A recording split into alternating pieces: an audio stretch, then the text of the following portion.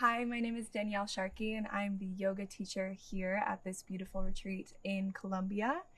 I am here to tell you a little bit about my story. I don't only just teach yoga, I also help people through their spiritual awakenings, their ascensions to a higher, more enlightened state of mind as well through energy work, meditation, one-to-one coaching, mentorship, retreats, and so much more. I met Christy last year at the first retreat she ever hosted here in Colombia. I was living out here in Colombia for almost 9 months last year, and it's been a huge part of my spiritual journey to be out here as well. But to be able to teach yoga and to help people through these practices of breath and movement is really what I have come here to do. So I'll tell you a little bit about my story. I started practicing yoga when I was 18, 19 years old, so almost a decade ago. And really my story of awakening, so to speak, really comes from hardship.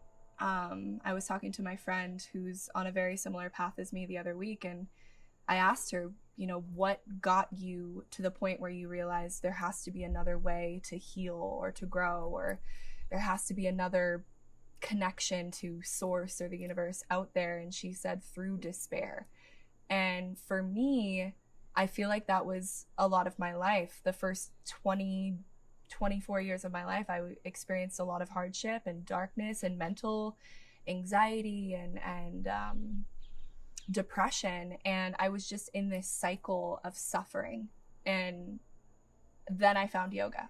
I was introduced to yoga, and I was very hesitant about it at first. I was like, absolutely not. This isn't going to work. I thought it was just a physical workout.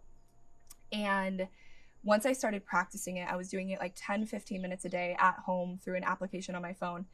I started seeing at the end of the practice, I started seeing my mental anxiety disappear. And that suffering relieved for even just for a brief moment. That was something I had never experienced before. And I never wanted to take medication, even though people wanted to put me on it. I never wanted to take medication. I always wanted to find a natural way. And I ended up finding that. And so I deepened my practice, and I started going to classes, and then I started working as an exchange at a studio to help. But at the time I had no money, so I could help and then I could receive free yoga. And once I started practicing consistently for hours on a weekly basis, I just knew that there was magic here, because my mind, my body, my spirit, everything started to heal in a way that you can't really express unless you are speaking to somebody that's experienced it themselves. And so I dove into that. I went to Thailand. I wanted to get trained in the practices and in meditation. And so I scraped up all the money that I could and went to Thailand and did my training when I was 21 years old. So 7 years ago.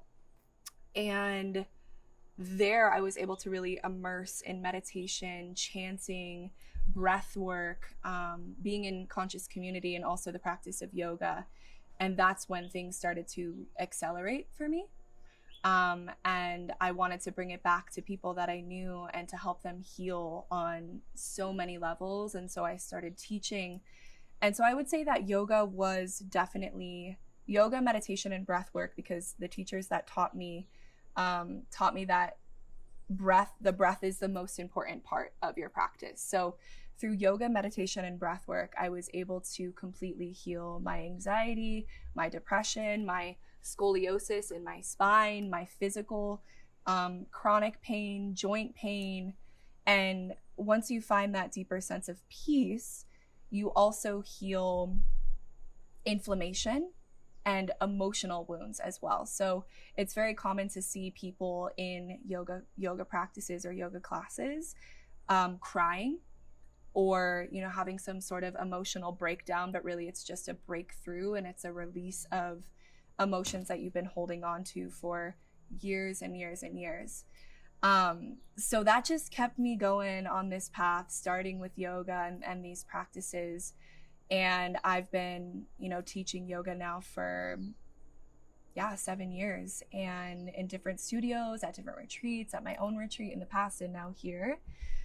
and more in the future. And it led me a couple of years ago. I was going through a really big transitional time in my life where I was leaving a 4-year relationship. So I left the United States, Arizona, which is where I was living, to go to Costa Rica with the intention of deepening into my practices, into my spirituality, into learning about spirituality on a deeper level, and working with and learning indigenous practices as well as shamanism. And that's exactly what I got. These practices coming back to the root, coming back to these ancient practices had been calling me since I was in my early 20s. I just didn't have the courage or the bravery to follow that call quite yet until the universe and life, didn't give me a choice but to leave and to start anew. And little did I know going into Costa Rica, though, that I was going to have the most profound spiritual awakening, or piece of my spiritual awakening to this point of my life. And that was a Kundalini awakening. Luckily, I had heard of this prior, and I had done some research, and I didn't understand it, but I knew it existed. And that's why I love talking to Christy so much, because we have a lot of parallels, which is really incredible. But mine was prompted, I did actually start deepening my breathwork practice, but mine was prompted maybe a little bit by that as well at that time, but it was also prompted by meeting a specific person. And they do say that if you're going through a dark time, which in my perspective, that was a heavier moment of my life, that it can be prompted by trauma, or also prompted through a really deep spiritual connection that you have with another soul. And that, was 6 months of absolute chaos. You get shown so many things, not just about yourself, but about life and what actually exists in other realms outside of just this physical 3D reality. And I like to call it an initiation. For me, that was an initiation. It's like, you want to go down this path. Are you really ready? And are you capable of processing and integrating this information? And I wasn't able to have really successful or renowned teachers at that time, but I did have people around me that knew about it and were able to guide me in some way. And I'm, looking back, so grateful that I went through that, because I think I just have this even more profound connection to source, to all that is, to, I have so much patience now. I don't judge as much as I used to. I'm not as in my ego. I feel like I'm more in my soul. And the reason I share all of my story, the reason why we're sharing our stories, is to remind you, the people that are watching, that you're not alone. And that, yes, it can be scary, but it's also a really beautiful process. And if you use these practices, it can help you in that process. So these practices that we're offering here at this retreat, yoga, breath work, meditation, connection to other like-minded individuals, conscious community, these practices will help you if you are going through something like this, or if you're desiring to have this experience. Because what we're seeing right now on a collective level, all around the world, is this mass awakening, which is so beautiful. It's profound, the way things are shifting for the better. And as we've said, it's also difficult to move through on your own.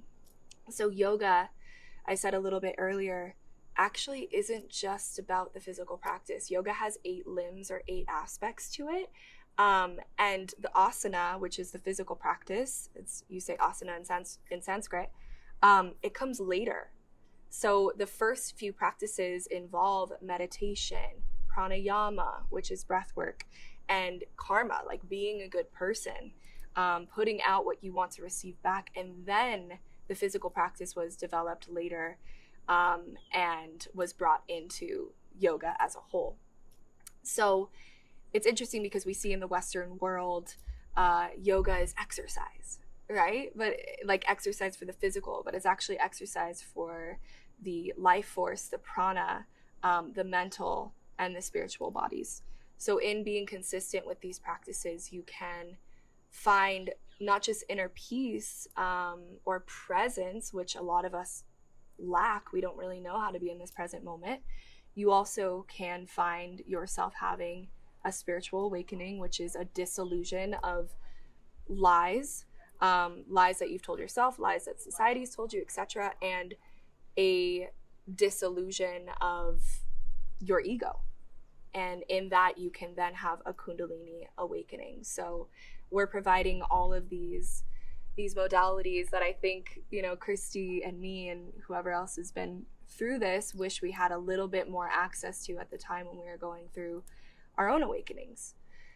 So that's a little bit about my story.